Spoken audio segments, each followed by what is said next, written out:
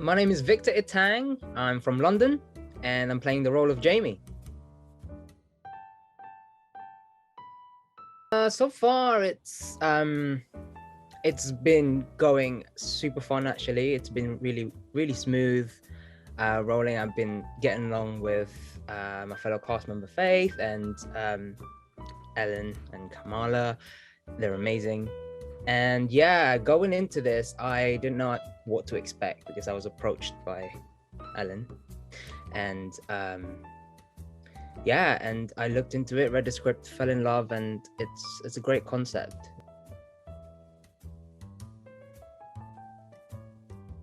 Definitely the concept of it. It's something I've never thought of before, but it's one of those things where you wonder, like, what if that was to happen? Like, what would you do?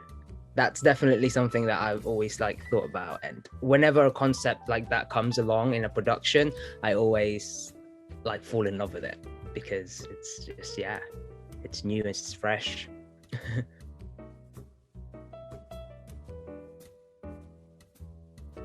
I'd like to say my own house, a BAFTA unnominated actor. No, I'd like to think that I'm still working as a working actor, successfully landing productions, maybe creating my own content, creating my own work. And yeah, I like to progress and go for the top. I think we all are as creatives. We all want that. We all have the competitiveness inside us to reach the top.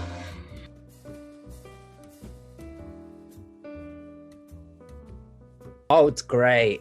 I think Jamie speaks to me a lot because those sort of archetype characters, as she would call it, Ellen, the himbos, there is something I relate with a lot. I get compared to people like Joey from Friends and Jason from The Good Place and stuff like that. So they're bubbly and fun, and that's what I see in them.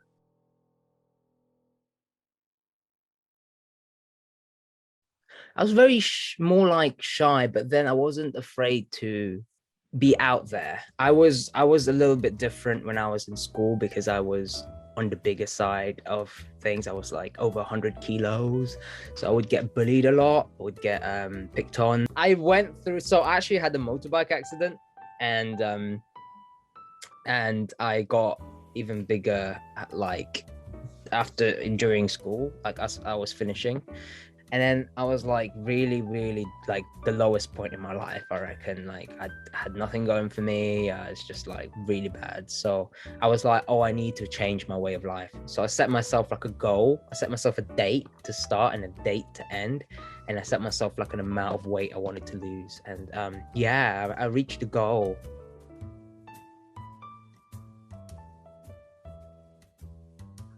I'm gonna give top 3 because that's very hard. So I'd say Super Bad, Hot Fuzz / Shaun of the Dead. I don't think I can choose between those two. It depends on what I'm feeling. Bridesmaids was the last thing I can think of. Maybe because I watched that quite recently, but that was quite funny actually. Bridesmaids, very underrated. My advice is that do not ever compare yourself to other people, other creatives and other actors. That's something that I'm still working on today, because at the end of the day, we are all still aspiring actors, no matter where you are in your career, in your journey. Everyone has their individual journey. You have your own journey to go through. Everyone has their own struggles. Everyone, believe it or not, feels the same way as how you are.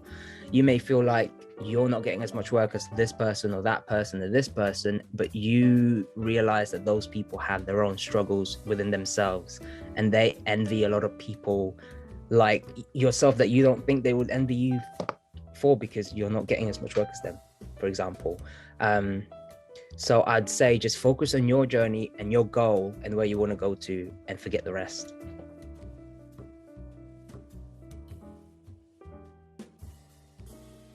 the awareness that is being raised around whatever topic it is to support people of color and their representation and the inclusion and the equity within this industry, then that's already taking steps forward, not back. Like, it's not about who is creating it, it's about what is being made and what is being shown to the wider audience.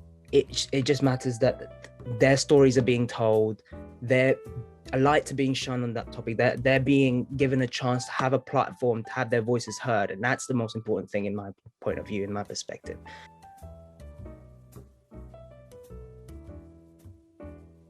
I use every experience that I have experienced, every experience I noticed other people. I people watch a lot. I watch everybody. Different people have different mannerisms. They have different styles. So taking the humanity and the realness and the naturalism out of that and using it in your performance gets the authenticity out of it. It's the realness out of it. It gets the truth and makes it more believable. You living your life is fine, but then using everything about your experiences and putting it into performance is what people will be able to relate with.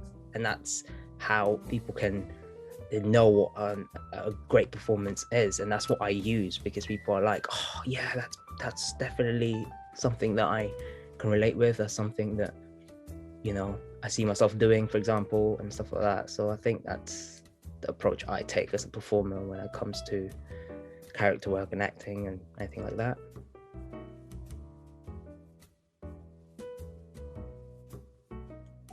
I'm definitely proud of I've done shows where there has been a meaning behind it. Meaning, like, what I mean by that is that, for example, we did this was back in drama school, but it's within a theatre company that was created and made a show, and it's about the refugee crisis, you know, and it was shining a light on that particular topic and crisis, on a time where it was, you know, front page news and everyone was talking about it. And there was that photo of that boy washed up with a short and red t-shirt, for example. And we take all of that and everything that's happened and made a political theatre with satire and comedy, and it made people really reflect back on their own, you know, humanity and their own moral standards, and you know, where they stand in today's society and how they see the rest of the world and things like that. And that, I think, is how theatre or performances or any production becomes impactful, is when your audience are hit by it and it makes them think the next day or the day after that about everything in life, or what they've just watched and what they've just witnessed. And, you know, that's definitely something I'm proud of, what I've done.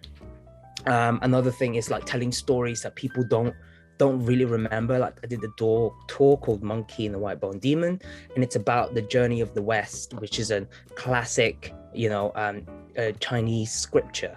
It's a story, a tale that dates back ancient China, but not a lot of people know about it. But they don't realize that a lot of their favorite shows in today's time, you know, is the structure and the basis of what that story is. It comes from that.